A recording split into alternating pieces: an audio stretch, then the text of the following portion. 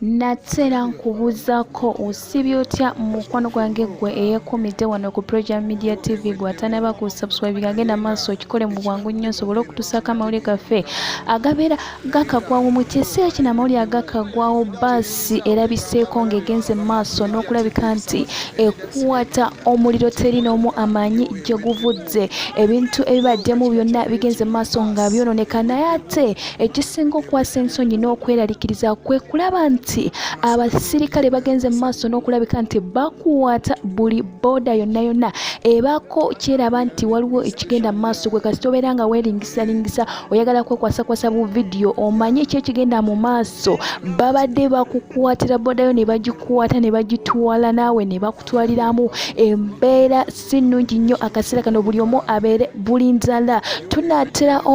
omwaka guno 2021 okugukuba olukwe mu mutwe naye ebintu bigenda mu maaso mu ggwanga lyattu Uganda njagala bategeeza baganda bange ne bannyinaze bikanga oba biyungula amaziga wali badde yonna gy'oli ogenda mu maaso n'okulabika nti obeera weekuuma oba oli buli nzala amawulire ge tukutuusaako beera nga ofunamu ekyokuyiga beera nga ogenda weegendereza obulamu bwo kubanga omwaka tunatera okukuba oluku mu mutwe tuli mwezi gwa Museenene tunaatera okulabika nti nateera tugukuba oluku mu mutwe nateera naye beera nga wena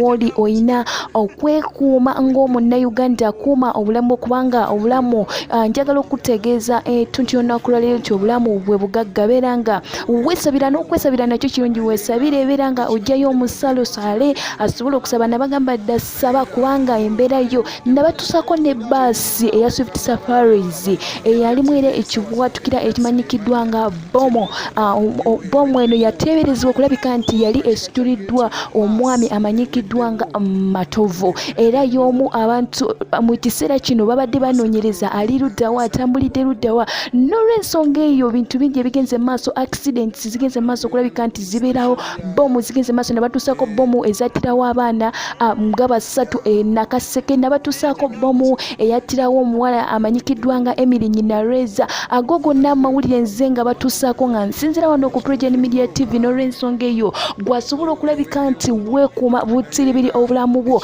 n'ekirala katusabe obulamu bwaffe ffenna tubuteeke mu maaso g'omutonzi oyo atakuumira mpeera abeere nga atukuuma ffenna yonna gy'osinzira okulabika nti ompuliriza mu kiseera kino ngenda bankutuusaako amawulire ag'ensonga ekwata ku kino kyennyini ekigenda mu maaso kaawo galinde ngenda kuba nkwongerayo nate nkutegeze lwaki nateera poliisi egaanye okulabika nti ababooda bagenda maaso n'okulabika nti bakwata ku ntambi kyonna ekiba kigenda mu maaso oba ekyo ekitulugunya obulamu bwa munna Uganda nja kuba nkutuusaako amawulire agakwata ku nsonga eno tonyiga pesa lyo tovaawo osobola okuvaako katono ne weewungula n'ogenda ku projanmedia.com n'osangayo amawulire gaffe ag'entertainment saako nago aga sports naye kyenkusaba kimu tusiima weekumira wano ku Program Media TV kankomewo